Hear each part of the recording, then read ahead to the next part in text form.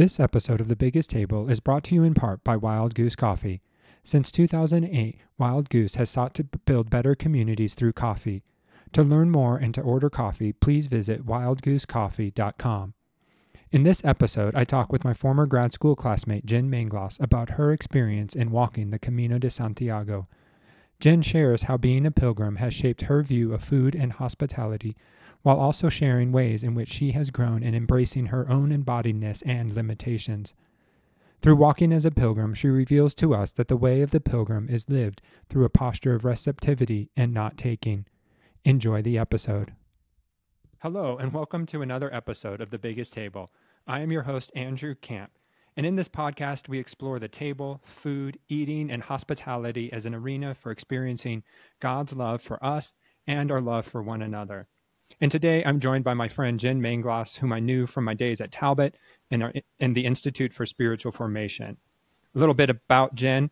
As a spiritual director, pastor, and pilgrimage guide, Jen Manglos delights in helping others discover their own belovedness in God through an embodied, creative approach to spirituality. Since receiving her MA in Spiritual Formation and Soul Care from the Institute for Spiritual Formation at Talbot School of Theology, she has moved into providing care and support for wanderers, women, and leaders in the ministry and nonprofit worlds. She currently resides in Seattle, where she is enjoying that Pacific Northwest life. So welcome, Jen. It's great to have you here.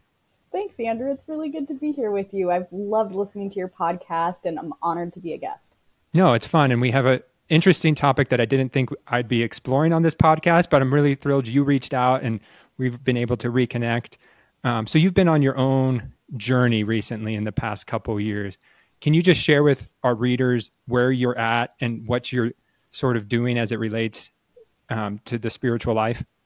Yeah, I laugh because so much of the things I do in my life that I really delight in and enjoy were never part of the plan. And that is very true for my work as a spiritual director and as a pilgrimage guide and even a pastor. But, about 5 years, well, more than 5 years ago, I used to work for Saddleback Church. And one day on staff, talking with a friend, someone mentions this movie called The Way with Martin Sheen. And I watch it, and it's about this mystical pilgrimage called the Camino de Santiago, which is a trek that takes you from France all the way across Spain to see the remains of St. James the Apostle. And this film tells this beautiful little story about a man who doesn't expect to walk this pilgrimage, but walks it in place of his son. And I watch the film, it finishes, and I get this sense, you're going to walk this. And I thought, oh, okay, well, that's nice, but I kind of have a job right now, and I can't really leave for 6 weeks to go walk across Spain, but, I'll figure when the time's right, I'll know. And so years passed, probably good 5-6 years. And at that point, I was living in Pasadena, California, working for a university, and was ready for a change and was kicking off the new year. It was January 2018, and I started praying, God, what do you have for me this year? And pilgrimage came up. And I, in my mind, within a few minutes, created a plan to walk this pilgrimage, and then went, this is crazy. Maybe I should talk to some people. Right. So kind of went to the people I go to when I'm discerning big life changes. And between that and my own time of prayer, felt this invitation to go. And so I ended up leaving my job at the end of August 2018. I wanted to walk the entire route, which is about 500 miles. Wow. And it was, sometimes it feels cliche to say this, but it really was transformative. It changed my life in really significant ways and in small, subtle ways. And so that I finished the pilgrimage, and that was the road that took me to a pastoral role up in Seattle, Washington. So about a little over half a year after finishing my pilgrimage, I moved to Seattle, started as an associate pastor for a church up here, a multi-site church, and got to do normal associate pastoral role things, and also got to do spiritual formation across all of our locations.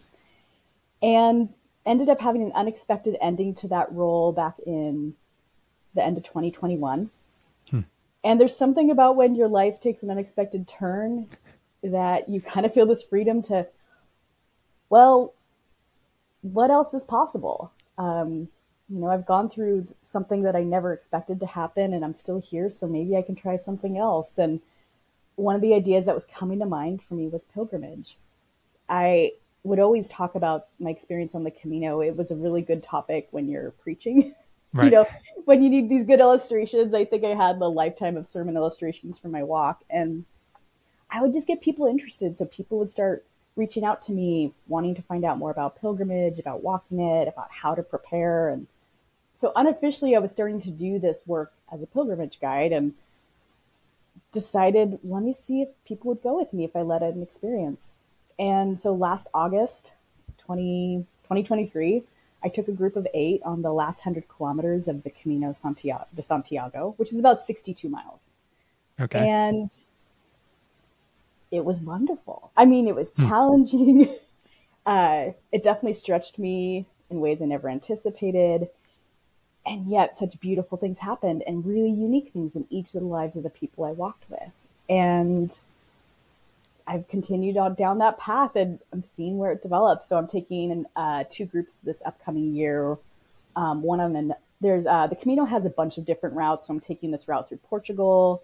And then I'm also taking a group on St. Cuthbert's Way in the United Kingdom to Lindisfarne Island. So it is kind of wild to me that I'm doing this. Right. I still kind of go, wait, what just happened? It's been about 2 years and it's fun. It's hard. It requires a lot of trust on my part. It's its own pilgrimage for me stepping into this work. But yeah, here I am. Here you are. Yeah. So you're leading others. You've experienced the Camino. And so I don't think people would associate the life of a pilgrimage and food. But how does food fit into the life of a pilgrim as you're walking?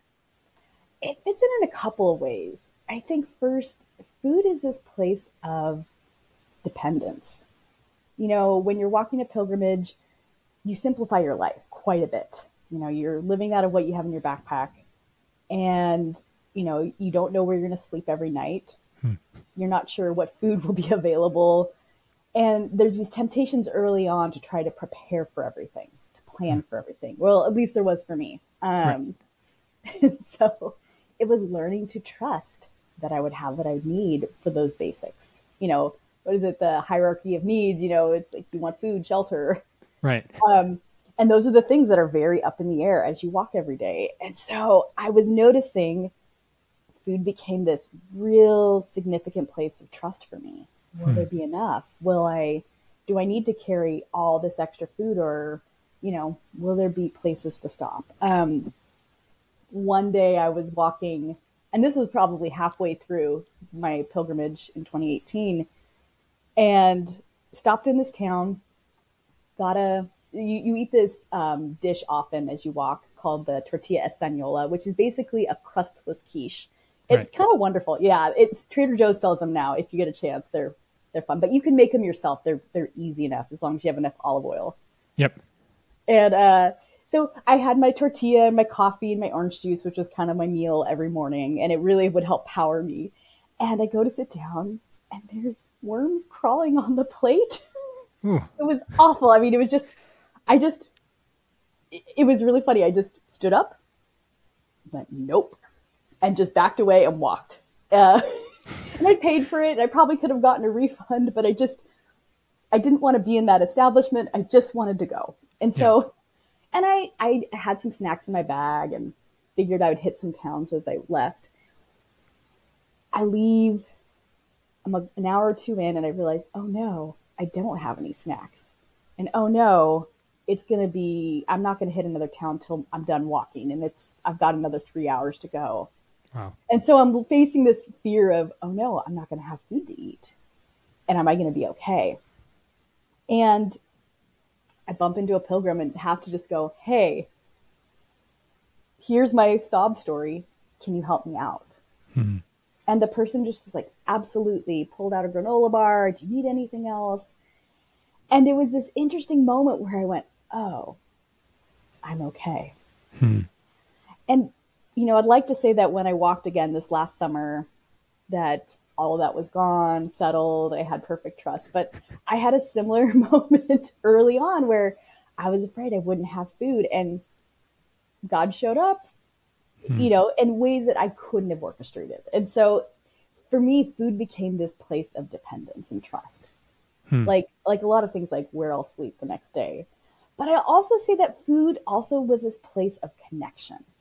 Right. So at the end of your day walking, depending on where you stay, if you stay in the hostels along the way, which are called albergues, sometimes people will cook. Some of the establishments have kitchens you can cook in. I was usually too tired for that, but a lot of the places would offer a pilgrim meal.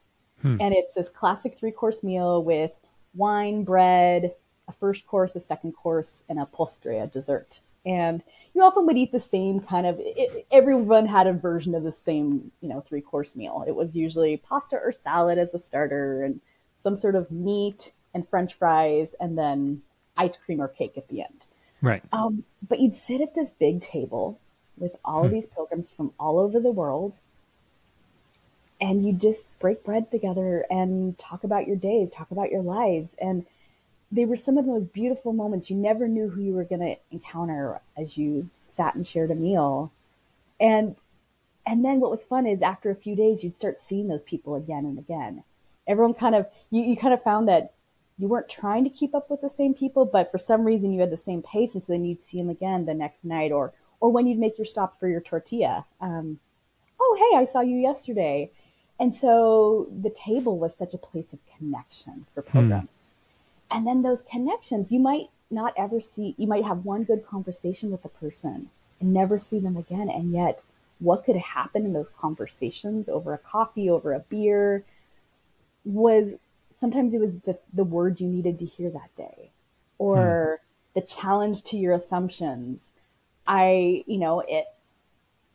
a pastor, so often I have this idea of like the long journey with people, and it's sad to see people go, but pilgrimage has really shifted that for me of, can I just value what's happening in this present moment and let that be enough? Yeah. And just be able to like release that. And if I see you again, great. If not, this was worth it. This was enough. Wow. You touched on a few themes that I want to come back to. There was so much there you just said in both of those stories. One, like, as you're talking about making, will I have enough? Like, I'm reminded of the Lord's Prayer. Give us this bread, our daily bread. And as Americans, middle-class Americans, that prayer often doesn't resonate, because I don't know about you, I've never had to worry about my daily bread. And then you've also touched then on the abundance of hospitality, or the beauty, the scarcity and abundance. Like, you hit on both themes a lot in those stories, which was great. So how has then that journey, first of, will I have enough? Will my needs be met? Helped you to see God in a different way? Yeah, it's been pretty significant. When I moved to Seattle, I had about 7 months here before the pandemic began. And even though right now we can look back and go, it was probably all over the place before we knew it, but Seattle had the first marked death. And so we had that experience show up pretty early. And I remember this moment as things were shutting down, and I'm in this brand new city. I don't know anyone. This is kind of terrifying to me. I don't know what to expect. And it was like, how do I get through this, God? And I felt this nudge to go back to that pilgrimage posture of, okay, can I trust that you will give me what I need today? And what are the things that will help me to continue to look for you and to grab on for you, God? What are the things that you are inviting me into? And then when I had my unexpected leaving my job, that was another place of dependence. And then, so this work I'm doing now, I've been moving into it slowly over the last 2 years. I was getting the bulk of my income from a nonprofit job. And last May, I left that to do this work full time as a spiritual director, as a pilgrimage guide. And it still is terrifying. Yeah. I think what's been kind of comforting to me, I think when I was younger, my view of the spiritual life was, oh, you arrive at a place and then it's just this upward ascent. And what I've seen in my own life and through my experience on pilgrimage is this circular movement where I hit these familiar places again and again. So those things that were coming up for me on pilgrimage of trusting that God would provide my needs, I still encounter that day to day in my life now, as I'm on this different kind of pilgrimage of working as a guide, as not knowing, I don't work a 9-to-5 kind of job anymore. There's not automatic benefits, sick time. It's this kind of wild off-roading experience. And there's days when it's wonderful. And there's days where I'm literally in terror going, is there going to be enough? And then I have to center again and go, all right, God, what's happening in me? How are you showing up? And so I would just say, for me, it's been this continual journey onward into these uncomfortable places with God and learning to trust just a minuscule amount more day by day. Yeah, no, I can relate to a lot of that, of thinking the spiritual life is just this linear path of if I do X, then Y shows up. And not just for the spiritual life, but for all of life, right? I went to grad school, I did all the right things and life should turn out a certain way. And both you and I have learned the hard way through the loss of jobs that that's not how God operates. That's not the economy of God. And so, it's a hard lesson, and it's a lesson that Claire and I have had to return to time and time again in this own season. But yeah, did you have something you wanted to add? Yeah, I was going to add, just even when what you just said, I always sit with this tension of, Christ calls us to pick up our crosses and follow him. And yet at the same time, too, he invites us into this abundant life. And I can read those as separate things in conflict with each other, or I can read those actually supporting each other. Maybe this way of abundant life involves picking up my cross. Maybe there's something there. And even as I walked last summer, I was sitting with this question of how do I reconcile the pain of my unexpected leaving my job? And it was deeply painful. And it also, I could see God moving me out of there. I could see God's rescue in that.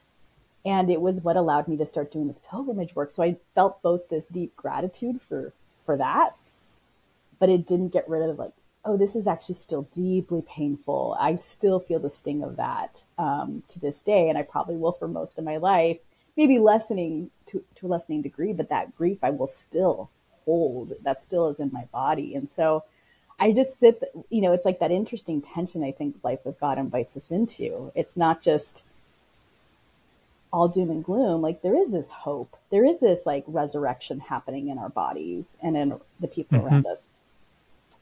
And it asks us to be willing to open up every part of our life. Yeah. Yeah. Yeah. No, there is goodness that comes from the pain, but that doesn't take away the scars, the hurt, the grief. I feel similar. I've resonated with what you have just shared of, the correlation between picking up our cross and this abundant life, that somehow they have to go hand in hand. And too often we think it's one or the other, and we miss the complexity or the tension that life actually is just fraught with. And I wonder how many church movements are built on kind of landing on one of those rather than holding in tension both. Yeah, no, for sure. But then to return to, you mentioned at the end of your day, there's this hospitality. And when we were talking on the phone before recording, you had this phrase that you begin to see hospitality as everywhere, which I love that phrase. And so what does hospitality then look like for you post Camino? Yeah, what's interesting is I was talking to someone earlier this week who had walked a pilgrimage and was looking at spiritual direction training. And I said, it's interesting that you're drawn to both because they're both about hospitality. As a spiritual directors, we're welcoming people into a space, whether that's online or in a meeting room, but we're welcoming them to show up in the fullness of self. And I think pilgrimage is doing that. And then you get to experience the hospitality of being in the stranger's house. Some of these places are a little more it's more of like professional business, but sometimes it's literally someone's house they've opened up and put some bunk beds in. And Wow. so you get to experience like that kind of hospitality and the unique ways someone might want to care for pilgrims. But along the main route on the Camino, there's so many people who are, you're walking the wrong way and someone just kind of goes that way, that way. One of the most beautiful moments of hospitality for me when I walked was this one day I woke up with an ear infection randomly. I wasn't prone to them and I needed help, and I was in this small town and no one was showing up at the place I was staying. There was no staff there. And I was realizing I need to start poking around this town and find help. And someone had recommended I go to this bed and breakfast nearby, which was like, the bed and breakfast is a step up from the albergues you stay in. It's like, you might get your own room. And so I came in and shared my sad story of I have an ear infection and I need help. And I just started to cry because I hadn't slept well. And the man was so kind and he goes, sit down. I'm serving breakfast to my guests, so I'll need you to wait. He goes, but if you want to sit on the couch, I'll help you as soon as I'm able to. And I ended up falling asleep, and I woke up maybe an hour later, and I wake up and he's smiling, and he goes, do you feel a little better? And I said, yes. And he goes, well, I've arranged for this, the van that transports bags. Sometimes people send their bags ahead to the next town. He goes, they're going to pick you up and they're going to take you to the next town, and there's a doctor there and he'll take you right to the doctor. Wow. And, those kind of beautiful moments really sit with you. Like, they stay in your body. I mean, like, our painful moments stay in our body, but these moments of like deep care and hospitality stay with us too. And so, as I've moved to this big city, Seattle, it's this interesting moment of, can I be aware of what the needs are around me? Whether that's paying attention to the person on the street who's doesn't have a housing situation. Can I, am I willing to offer dignity to them even just by being present with them? Seattle's this interesting thing. We talk about the Seattle freeze often here. People are actually they're not unkind. I came from LA. People could be pretty unkind sometimes there. People aren't unkind here, but it's just there's this wall that's hard to get past with people. And so to actually get to the point where you go into their house, where they invite you over, the classic Seattle move is you exchange contact info and say, let's get together, and you never talk again. and so it's interesting, like, what does it look like to get past that? And for me, it's been, as things have opened up post-COVID, is inviting people into my house and just being like, hey, come here. I don't have anything fancy, but can I open my door and my table to you? And I just had a group over last night, and I've just enjoyed getting to do that kind of hospitality. Or we're starting to like invite people who are pastoring, being like, hey, just come here, have a meal. Knowing that I don't need to offer anything fancy, right, but there's just something so beautiful when someone's like, let me put on the kettle for you. Let me, even if it's like packaged food, but just there's something about like that warmth and welcome that lets people just let down. And so I think that's really been transformative for me. And, I also go to a house church now where, our first 15 minutes are spent loading up our plates with really good breakfast food. And I'll always we have a bunch of places we could sit, but we have this big long table. I always sit at the table because I love that hospitality sense of like sitting across the table and worshiping with someone. And so, it's interesting to me that those are the places I've been drawn to post pilgrimage. Like, oh yeah, I've been drawn to these places that allow me to be across the table for people. And that continues to like just filter through my life. And, again, some days I don't want someone in my house. I don't have to clean my bathroom. Right. Yep. But how beautiful, like, to let someone into your life in that way. Mm-hmm. No, and I love how you're sharing that like hospitality has changed from maybe performative to maybe more spontaneous and just present. Where too often we think of hospitality as the Food Network table that is perfectly set, perfectly orchestrated, everything matches and coordinates. Whereas that's not, there's a place for that, right? But maybe the Camino has taught you that hospitality is whatever's there, whoever's there, there is still Jesus present. I will say one of the most beautiful, best meals I had, and it wasn't a fancy meal, was I'd gotten lost one day while I was walking the pilgrimage, and I was just like in a really bad mood. And I was very reactive. Like Mm-hmm. I won't get into it, but I was very reactive to people around me and felt very ashamed about it after the fact. And I arrived to town, and one of my friends had been waiting for me, and I'd left before her, so she was very confused as to why I hadn't arrived yet. And her face lit up when she saw me, and she goes, "Oh my gosh, I've been wondering where you were." And I tell her I've had such a hard day, and I hadn't had much food. And she goes, "I just went to this bakery." And bakeries in Spain you can find them, but Spanish bakeries aren't the best. But this actually was a legit, really good bakery in this tiny town. You'd never anticipate it. And she goes, "I have fresh bread and herbed cream cheese. Share this with me." And it was nothing fancy, but it's one of those meals 5 years later, I still come back to oh, that meal nourished me in such profound ways. And it wasn't, I mean, it helped that it was actually good bread, but it wasn't, no one from the Food Network or Bon Appetit's going to show up at this bakery. Right. Yeah. But oh, go ahead. No, I think of your friend's face lighting up, and that just creating the space where you could then receive, after a hard day, the beauty of a simple meal. Yeah. I mean, that changes people. I love being at a church right now that we take communion every week, because there's this idea of like, we're coming to the table every week. And I would dare to say there are times when sitting across the table from someone can be more transformative than a good sermon. I love a good sermon. I'm not knocking sermons, but I actually think there's something so transformative that can happen when we break bread with someone else. Mm-hmm. No, yeah. And it's not just us being Jesus, it's us seeing Jesus in that other person and receiving Jesus through that person. Yeah. Yeah. No, those are beautiful. To transition a little, you've talked, about just being aware, and I think part of your pilgrimage journey is becoming more aware of your own body.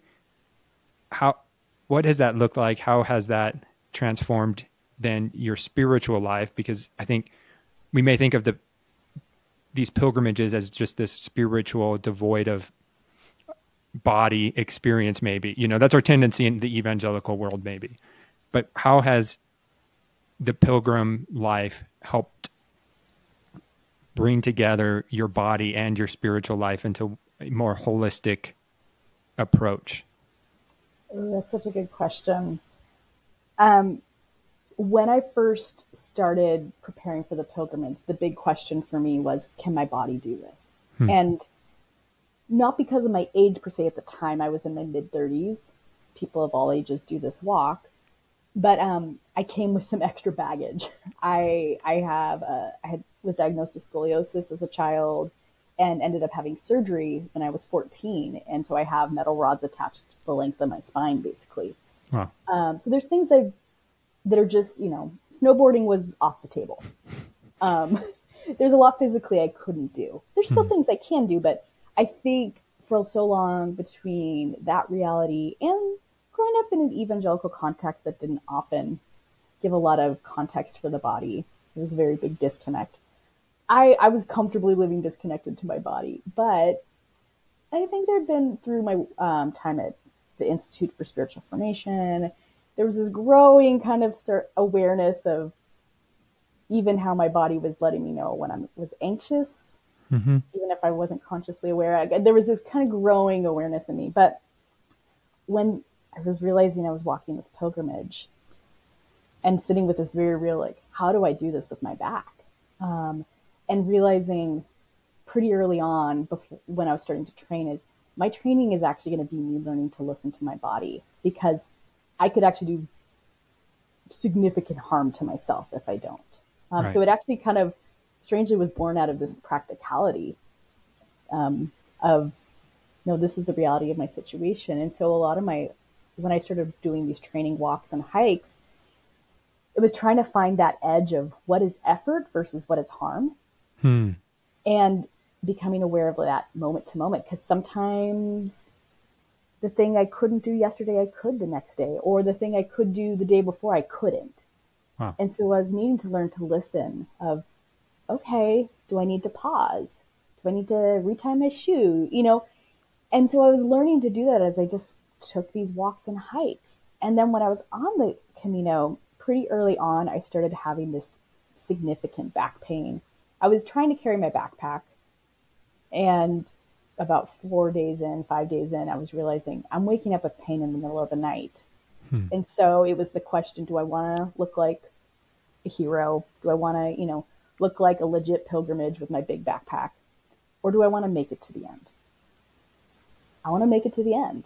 And so it was those kind of questions that I would encounter as I walked. But then there were some days where I feel good to carry my bag, or I feel good to walk longer, or no, I need to stop here. I'm done. Towards the end of my walk, I hit a second wall, where I just was, one day I was able to walk these big distances, and then I just hit this exhaustion. And so then it was just checking in. Okay, I'm really close to the end. Do I take a day off, or is there a way I can continue on, but just be really kind and caring with my body of, okay, don't do extra miles, rest really well when you're done. And so there was this way of learning to listen to my body that really kicked into full gear when I walked. And that's continued since then. Where I see that now is, even as I'm working, different, again, not a 9-to-5 job. The thing I'm wrestling with right now is, what are normal rhythms of work? Because I got really sick in December, and I'd been sick a few times throughout the year. And granted, there's a lot going on, passing through with colds, RSV, COVID. Yep. But I was realizing, I think this is my body telling me the pace you're doing isn't doable. And so I've been taking that seriously of, okay, how do I, this isn't the way I want to live. This isn't what I want to invite people into. No. So what needs to shift? And so I'm asking those questions. I mean, literally real time right now. Okay, how do I break? And what is actually restful for me? And learning, I tend to rest by just getting on my phone and, zoning out on Instagram and Facebook. And that is not restful for me at all. And it's very disconnecting. And right. I know this mentally, but I'm having to actually go, all right, what is that about? What am I avoiding? What actually would be restful? And I'm finding it's silence. That's the thing that I'm craving. And so trying to just build that in slow ways. So that awareness of body, again, it's that cyclical movement again, where it's, I kind of have this moment where I'm like, something gets disrupted, and there's this revelation of, there's a different way, or I'm being invited differently, and living into that, and then hitting that groove in my soul again, where it's like, I grew up in a household where we just kind of kept pushing ourselves. Right. And so I'm learning a different way of being, but it's slow, hard work. So I'm learning that different way of being in my body. But it's been so helpful and valuable for me. As I'm continuing to lead these groups, I'm thinking, okay, what does it look like this year to prepare physically for this trip? Obviously there's these training walks, but I'm realizing endurance is hard for me, or I'll finish these trips and just crash. And so how can I care for myself in those moments? And learning, don't leave a lot of extra time at the end of your trip to sightsee. You're too tired. You're not going to want to. Right.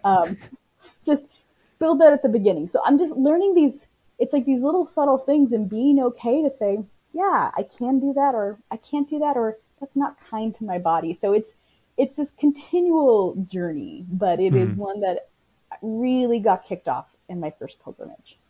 Yeah. So that embracing of our own limitations, which we don't often want to do, and I don't know if you experienced this as a pastor, I'm sure you did, of just, there's always the push for more, you got to do more, or that was great this year. How are you going to duplicate or increase,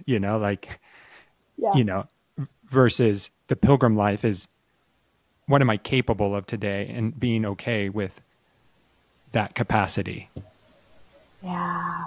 Yeah. It's such a different way of being. And it is some of the gift of being my own boss right now is, Right. I mean, gift and curse, because I can be a pretty hard taskmaster. I'm learning. Yep. But it's like, oh, if this is what I want to lead people into, then this is what I'm being invited into. And but even beyond that, being like, oh, God, help me to love your creation. Mm-hmm. You know, I'm messy, I'm broken, and yet God, you created me with loving care. Just as you created with loving care nature around me, the other people who pass by me on the street, and can I actually love and care for that? You know, it's the idea of like love your neighbor as yourself. For some of us, like, we don't know how to love ourselves. No. I don't know how to love myself that well. I'm learning. Right. It's a journey. Yeah. But it sounds like the walking these paths have helped maybe fast or speed up, in the midst of slowing down, this learning of embracing the body and the limitations. Yeah. Definitely creates an awareness. And you also see the people who aren't listening, who are the people who are rushing through and end up injured by week 1 or 2. Right. And you can get injured at any point. Like, that's kind of, that things happen. Yeah. But I would often see these people who are like, I'm doing 20, 30 miles a day. And, they've got a stress injury by week 1. Yeah. Yeah. You can do 20 or 30 miles in one day if that's just a day hike. But to try to spread that over weeks or days is not sustainable. No. So a lot of tendonitis injuries. Wow. Things like that. So, yeah. Yeah. And you've touched on this, but I would love to come back to this because chances are people listening to this may never get to experience the Camino or experience a week-long pilgrimage journey. As you continually reflect on this and you're leading people into it, are there ways we can adopt a pilgrimage mindset and spiritual life without doing a pilgrimage?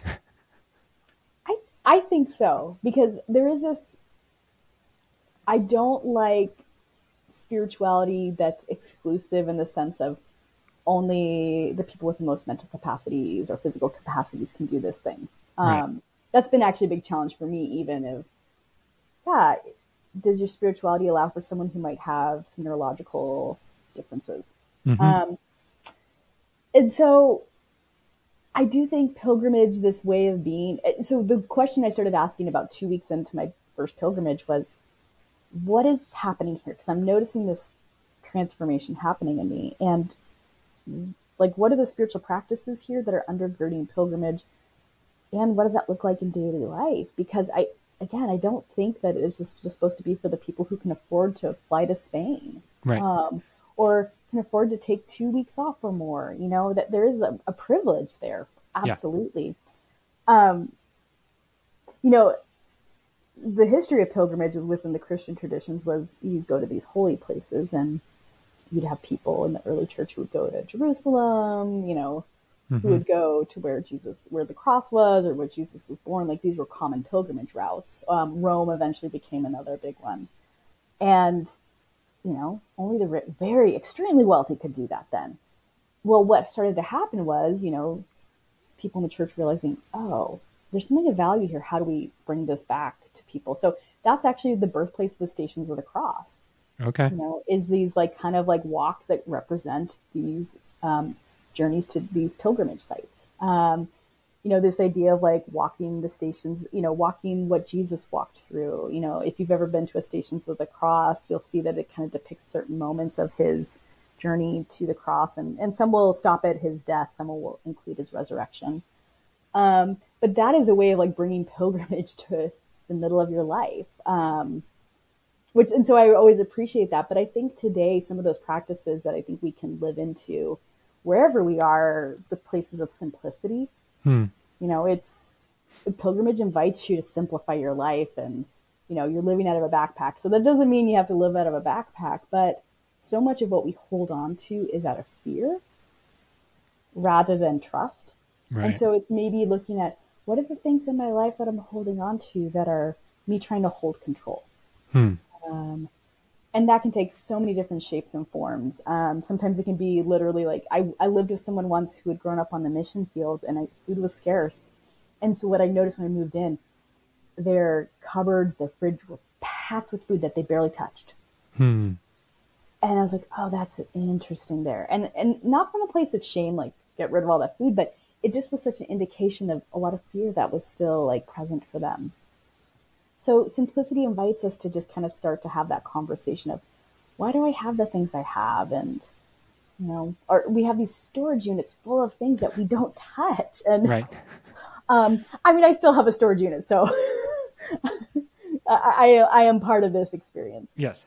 But, there's a lot of things that, when I walked, I realized I didn't miss any of my belongings, except maybe for some of my books. But like, I'm kind of fine with what's in my backpack. So can we take some of that posture of like simplifying our lives? I would say probably the other practice that is really helpful to kind of embrace that pilgrimage in the midst of where you are is kind of tending to this ability to become aware of where God is in the midst of things. So maybe a nod to Ignatian spirituality. Not that like God is the rock, but like, how do I see evidence and reminder of God and God's character through the things around me, through the moments and experiences I have through people? How do I live in a way in which my eyes are open, both literally and in the spiritual sense? And then I'd say that place of, and this ties into simplicity as well, but that place of dependence, like, right. God, like, what does it look like for me to depend on you today? Some of I think the shadow side of, I'll say this for Americans, that idea of like these myths that kind of, hey, pull your bootstraps up and create and innovate. Like, there's a beautiful side to that, but the shadow side is, I'm in charge of my future. And I think that can create in us living in ways in which it's all on us and we don't have to depend on anyone else or God. Yeah. Yep. So what is it like to like live in these ways where we maybe risk? And again, it's such these tension points, because it's not like, don't go, it doesn't mean you need to live unwisely. Wisdom is a gift. Right. But sometimes I notice that wisdom is something like, actually wisdom can actually, what I call wisdom is actually just my fear dressed up. Like, oh, I'm actually just terrified, and I'm using some wisdom language to make it seem as though I'm being very mature and responsible. And actually I'm just a terrified little kid going, yeah. I don't want to experience this discomfort. So, again, it's like that getting curious about like what's going on under the surface for me. So I think these places are important. And then finally the body, learning to listen to our body, and moving in the ways that we can. Again, not everyone can walk 12 plus miles a day. That's okay. But like, what is it to like be in your body and to acknowledge that, God created us in bodies, and I'm going to say that's not an accident, that there was intentionality about that. Bodies that sometimes can do a lot, and sometimes, kind of poop out at the end of the day or get injuries and right.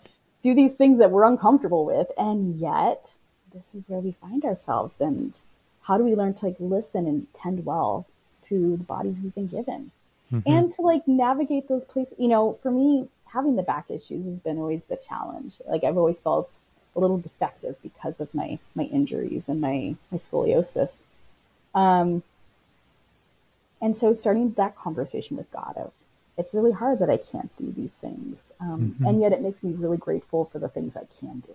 So I just think the more we can become aware of our bodies and how they're functioning and how we're treating them, and how we, I do some work with Fuller, and we use this book for one of our classes, The Wisdom of the Body by Hillary McBride. And it's such a beautiful invitation just to start noticing how we treat our bodies. There's so much that's just ingrained in I'm not even just going to say church culture. I'm going to say our Western culture. Like, it's bigger than church culture. Yep. It's, we're invited to live disconnected from our bodies. And so how do we learn to start to reconnect to the body that God has created us in? Yeah. So I feel like I could go on forever about bodies, but I will pause there. Well, and I think it's so important. I think you are right that the body and who we are bodily has to factor in to our spiritual lives in more ways than it does, or even just not even, just our holistic lives. Yes, I agree wholeheartedly with your embracing this body. And I think what I heard underline a lot of this, there seems to be in the way of the pilgrim, you have to embrace receiving versus taking. And that touches on dependency, but I also think there is a difference between receiving and taking that maybe the pilgrim's life invites you into it. Am I correct in that, hearing what I've been hearing? I'm writing this down. I like that, receiving versus taking. I think that is exactly it. It's that open-handed posture rather than the grabbing. Yeah. And, trusting that we will have what we actually need. Right. Might not be what we need might not be a big fancy car, big fancy house. Maybe. Yeah. But like that sense of like having what I need of my daily bread. Yeah. Yep. Yeah.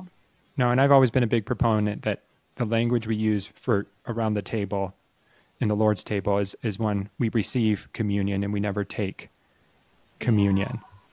And so as I've been listening, so that's at the forefront of my mind. But as I've been listening to you, I've heard you needing to receive the help and aid of others, receiving gifts from strangers, receiving God's gifts and embracing your limitations. And so, that reception, our posture of receptivity feels really important. And I will say, for those of us who pastor, we're really good at giving, like administering, but for us to receive is often the challenge. We professionalize out our own needs often for a variety of reasons. But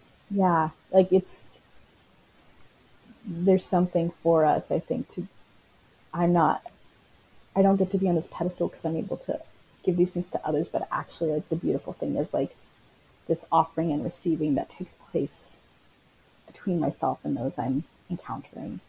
Yeah. Yep. We can give Jesus, but can we receive Jesus from others? Yeah. Yeah. It's humbling. It's hard. It's humbling. Yeah. And it's hard as a pastor, you feel like you got to give Jesus to everybody, but where can Jesus show up for me? Yeah.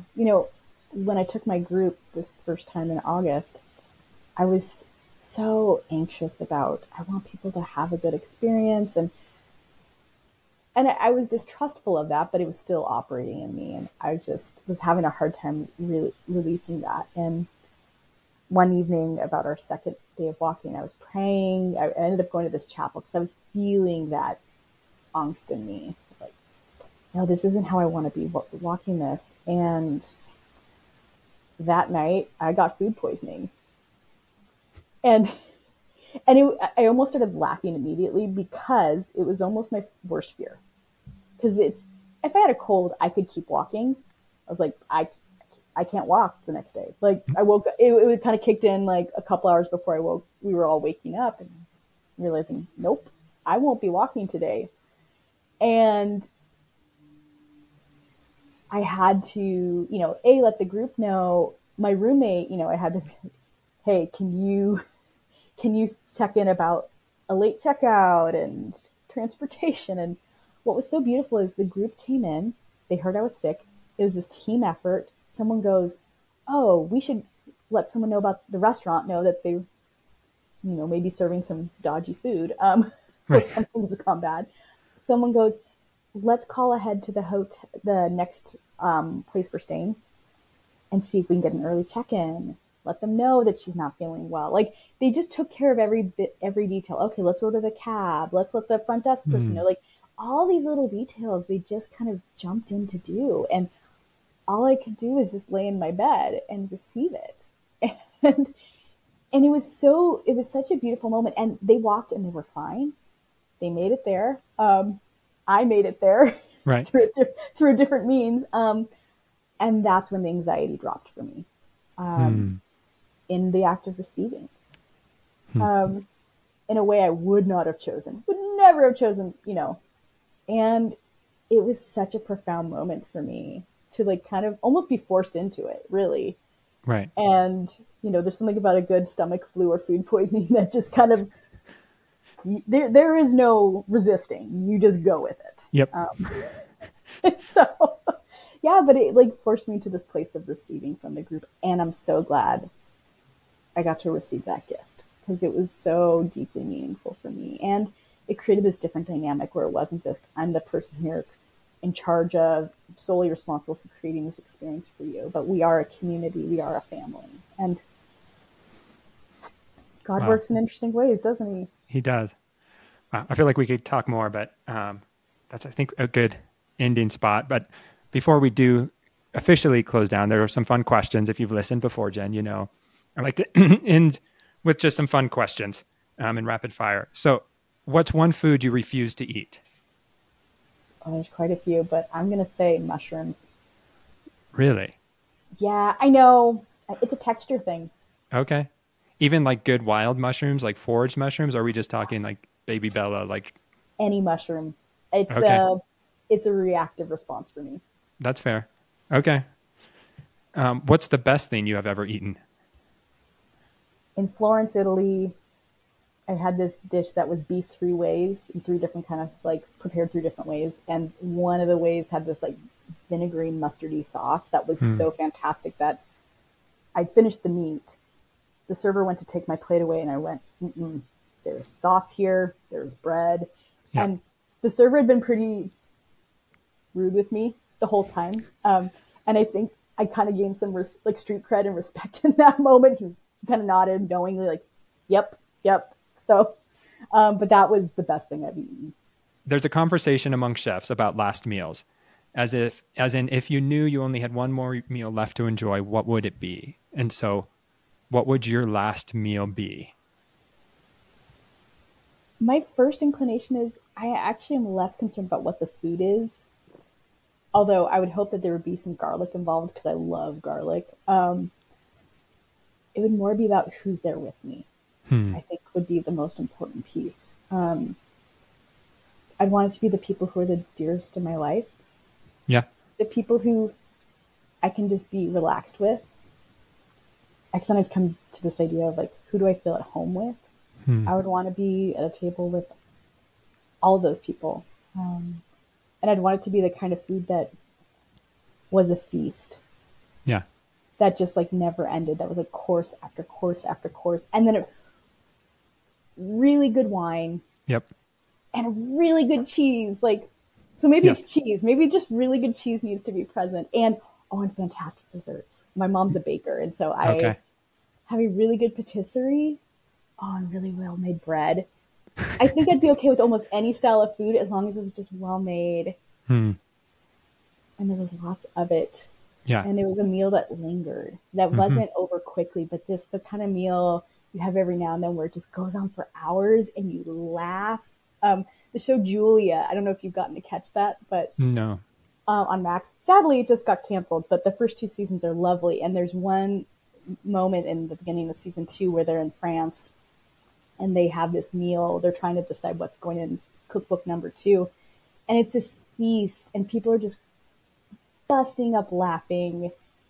And it's such like yes, that is what I want for my last meal, that experience. Yep. Awesome. Well, thank you so much, Jen. This has been a delight. It's been fun to talk about pilgrimage and food and body and, yeah, just the posture of a pilgrimage. So if people want to get in touch with you and learn more about your work and maybe even participate in a pilgrimage, where can they find you and how can they reach out to you? Yeah, well, before I give that information, I want to thank you too, because you've been a lovely host, just making me feel comfortable and welcome and just listening well and asking intriguing questions. So I just want to reflect that back to you and my Thank you. gratitude. Well done, my friend. But yeah, people can get a hold of me on my website, Jen Manglos, MANGLOS.com. It's a weird last name. We were German glass blowers, so it means man of glass. Yeah, I like that. I'm also on Facebook. under Jen Manglos. I'm on Instagram. I don't do much social media. My website's probably the best way to get a hold of me. And I have information about my work as a director, pilgrimage guide, and some of the retreats I do. And so I'd love to hear from you all. If you just want to have a conversation about pilgrimage, I could do that for hours on end. Awesome. Yeah, and we'll make sure that website's in the show notes, so you'll find it there. So yeah, thanks again. And if you've enjoyed this episode, please consider subscribing, leaving a review, or sharing it with others. Thanks again for joining us on this episode of The Biggest Table, where we explore what it means to be transformed by God's love around the table and through food. Until next time, bye.